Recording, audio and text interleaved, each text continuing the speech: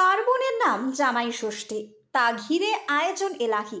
এদিন শাশুড়িরা জামাইয়ের দীর্ঘায়ু এবং কল্যাণের জন্য পুজো দেন এবং জামাইকে আদর করে খাওয়ানোর পর তবেই কিছু মুখে তোলেন। জামাই ষষ্ঠীর আয়োজনে কোনো কমতি রাখা পছন্দ করেন না তারা।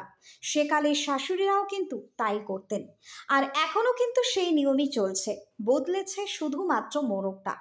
জামাইরাও কিন্তু এই দিনটি দিব্যি উপভোগ করেন। এই কর্পোরেট সংস্কৃতিতেও জামাই ষষ্ঠী দিব্যি বাঙালিয়ানাকে বাঁচিয়ে রেখেছে। পশ্চিমবঙ্গের সরকারি অফিসগুলিতে জামাই ষষ্ঠীর দিন অর্ধ দিবস ছুটি অন্তত সেদিক থেকে ইঙ্গিত দেয়। কথিত আছে 18-19 শতকে নাকি যখন বিধবাদের জীবনে ছিল সতীদাহের যন্ত্রণা, সেই পরিস্থিতিতে বাঙালি মা এবং মেয়েদের কাছে জামাই এবং স্বামীর দীর্ঘায়ু কামনা ছিল একটা বড় ব্যাপার। অন্যদিকে সেই সময়ে বিয়ের পর মেয়েরা ইচ্ছে করলেই বাপের বাড়িতে চলে যেতে পারতেন না। আর এই ষষ্ঠী উপলক্ষে জামাইকে নিমন্ত্রণ করলে মেয়েরাও একদিন খুশি মনে বাবা মায়ের কাছে আসতে পারতেন। জ্যৈষ্ঠ মাসের কৃষ্ণপক্ষে সাবিত্রী চতুর্দশীতে স্ত্রীদের যমের আরাধনা করে স্বামীর দীর্ঘ জীবন কামনার পুরনো লোকাচারটির সূত্র ধরেই নাকি শুক্লপক্ষের ষষ্ঠীটি জামাইকে নিবেদন করার চল শুরু হয়েছিল। তবে এতেও আছে এপার ও ওপার বাংলার দ্বন্দ্ব। ফুটবল হোক কিংবা খাওয়া দাওয়া, এপার বাংলার সঙ্গে ওপার বাংলার টানাপোড়েন সবেতেই।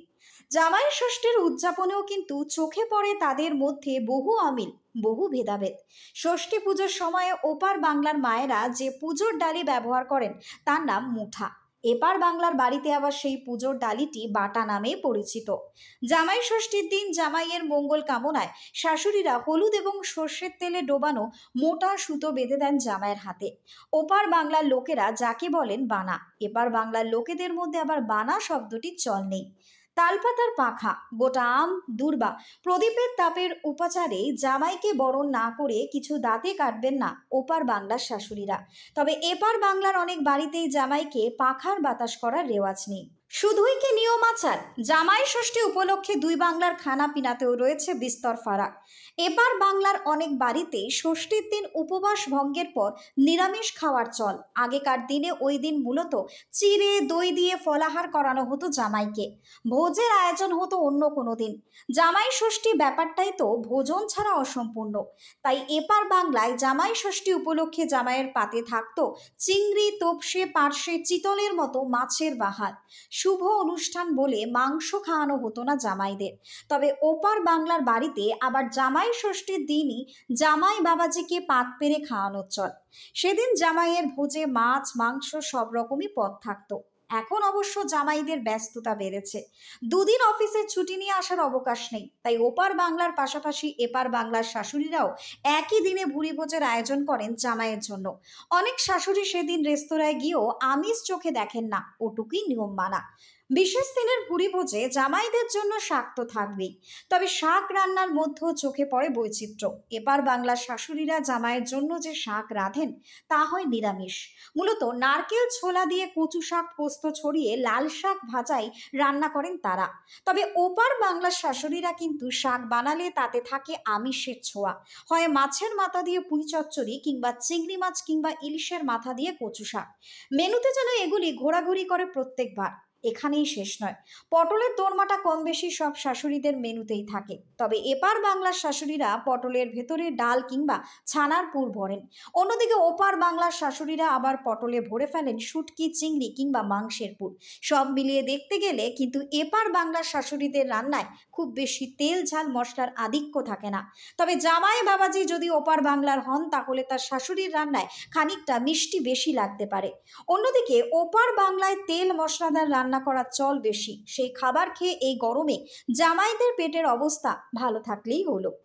শোভাবাজার রাজবাড়িতেও জামাই ষষ্ঠী উপলক্ষে এলাহি আয়োজন হতো সবসময়।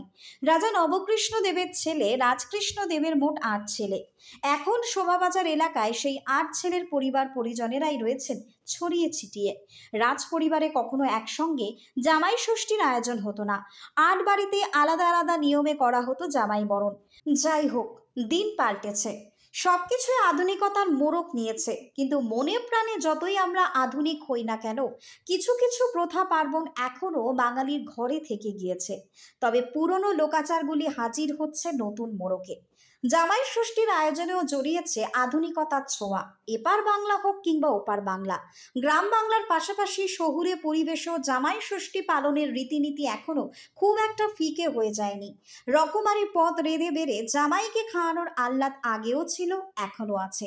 আদরের জামাই বাবাজির আপ্যায়নের ধরনটা বদলেছে শুধু। সারাদিন ধরে ঘেমে নিয়ে রান্নার জোগাড় করা থেকে শুরু করে জামাইয়ের জন্য ভুরিভোজ বানানোর ব্যাপার বদলে দিয়েছিল কিছু বাঙালি রেস্তোরাঁর জামাই ষষ্ঠী স্পেশাল থালি। ব্যুরো রিপোর্ট, নিউজ বঙ্গ টাইম।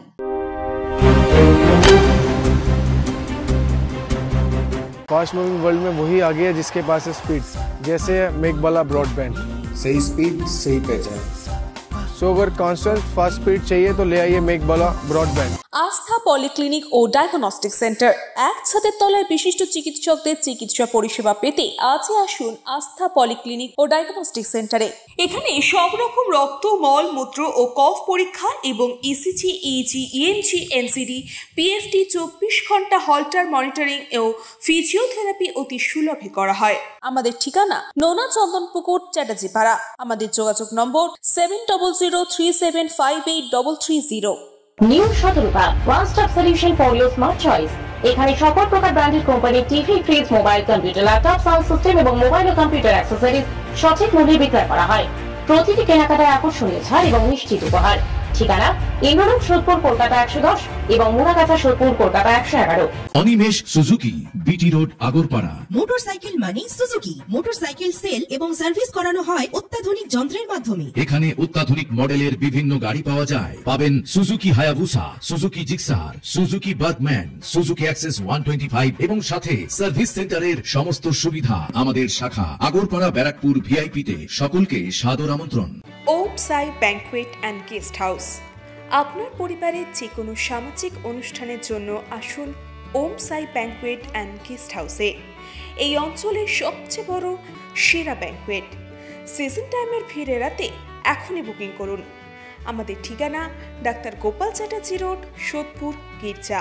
আমাদের যোগাযোগ নম্বর 9051714263।